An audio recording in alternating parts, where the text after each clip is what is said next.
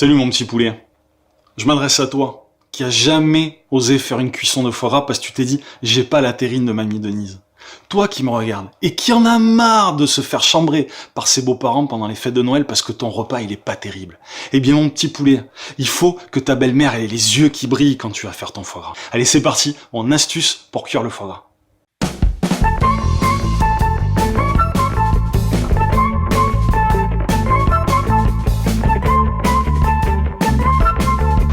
Oh mais tu es là encore mon petit poulet. Encore tu arrêtes pas de me péguer. Allez viens je vais te montrer, on va en profiter pour voir comment on choisit un bon foie gras. Allez super, merci monsieur le boucher. Donc déjà pour avoir un bon foie gras, déjà il faut avoir un bon artisan boucher, ça c'est important. Des produits de qualité. Alors on sait que c'est un beau foie gras, vous voyez quand il est bien brillant à l'aspect. Au fait aussi qu'il soit relativement malléable, c'est-à-dire que lorsque tu appuies avec ton doigt, tu vois, faut qu'il puisse tu vois, se remettre en place. Et du coup là, vous l'avez déjà déveiné, c'est ça? Il est déjà déveiné, oui, exactement. Du coup c'est génial mon petit poulet, parce que comme il est déveiné, on a déjà plus qu'à passer à la cuisson. Alors regarde, on rentre du magasin, ton foie gras, tu vois, il est encore un peu frais. Donc là, pour pouvoir le travailler, il faut quand même, tu vois, le laisser à température ambiante pendant environ un quart d'heure, tu vois.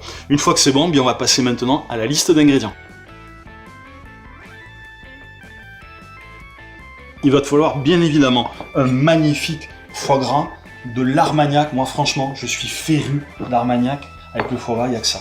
Un petit peu de sucre et du sel de Camargue.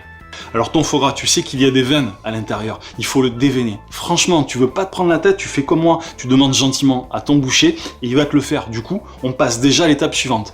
Dans les veines, tu sais, tu as un petit peu de sang. La petite astuce, tu le trempes 3-4 heures dans du lait. Et si tu n'as pas envie de prendre la tête, tu as envie direct de passer à l'étape suivante. C'est parti, on va assaisonner notre foie gras.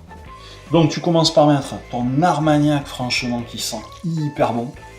Tu rajoutes ton sel. Et tu termines en ajoutant ton sucre, qui va vraiment relever le goût de ton foie gras. Donc maintenant, tu as deux options, soit tu mets un petit film et tu le mets au frigo toute la nuit, ou sinon un petit film et tu le laisses une petite demi-heure, comme ça on passe à l'étape suivante. Alors maintenant, tu as le temps, pendant que ton foie gras il macère, de réaliser ton bouillon de volaille. Alors soit, comme moi, tu as le temps, tu prends une carcasse de volaille, des oignons, des carottes, tu te fais ton bouillon de volaille que tu passes au chinois, soit t'as pas le temps, t'as pas envie de te prendre la tête, tu mets un peu d'eau, un cube de fond de volaille, et tu portes le tout à ébullition. C'est ce qui va nous servir tout à l'heure pour la cuisson. Donc maintenant, tu vas prendre un torchon. Quand tu as bien un torchon propre chez toi. Bon, eh bien tu le prends et surtout, tu le rinces bien sous l'eau claire. D'accord? Pour enlever en fait toute trace, tu l'auras compris, de lessive. Une fois que c'est fait, eh bien tu prends ton foie gras qui était dans le frigo, tu le reconstitues, tu vois, tu le mets sur ton torchon. N'hésite pas, tu vois, avec le restant de liquide, à le verser comme ça sur ton foie gras. Et maintenant, tout simplement, une fois que tu as reconstitué ton foie gras, tu viens comme ceci, tu vois, bien l'enrouler. Mais vraiment, tu vois, bien quiché, que ton foie gras il se tienne bien dans le torchon. Et ce que tu essaies de faire, c'est qu'il est à peu près, tu vois, le même diamètre d'un bout à l'autre. Pourquoi? Pour que le temps de cuisson soit à peu près le même. Et maintenant, je vais t'expliquer ma petite ficelle. Tu prends la ficelle de cuisine, tout simplement, et tu l'auras compris, à chaque extrémité de ton foie gras, et surtout, tu viens bien serrer les nœuds. Et bien sûr, tu coupes l'excédent.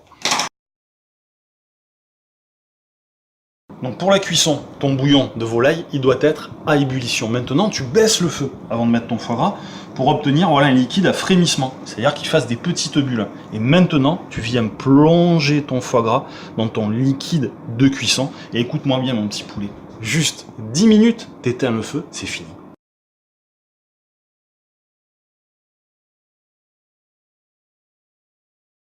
Regarde, ça y est, ça fait 10 minutes. J'ai éteint le feu. Mon foie gras, il est cuit. Je te conseille de le poser sur une grille, tu vois, ou un dessous de plat pour que tu aies de l'air qui passe dessous. Maintenant, tu laisses ton foie gras dans le liquide de cuisson jusqu'à qu'il soit à peu près à température ambiante. Et après, tu prends ton récipient et tu le mets au frigo environ 10 heures. C'est tout, ton foie gras, il sera prêt. Après 10 heures de repos, donc dans mon récipient avec mon liquide de cuisson, je viens de sortir mon foie gras. Et maintenant, à l'aide d'un ciseau, d'un couteau, eh bien, tu vas retirer les ficelles. Et tu n'as plus qu'à déballer ton foie gras.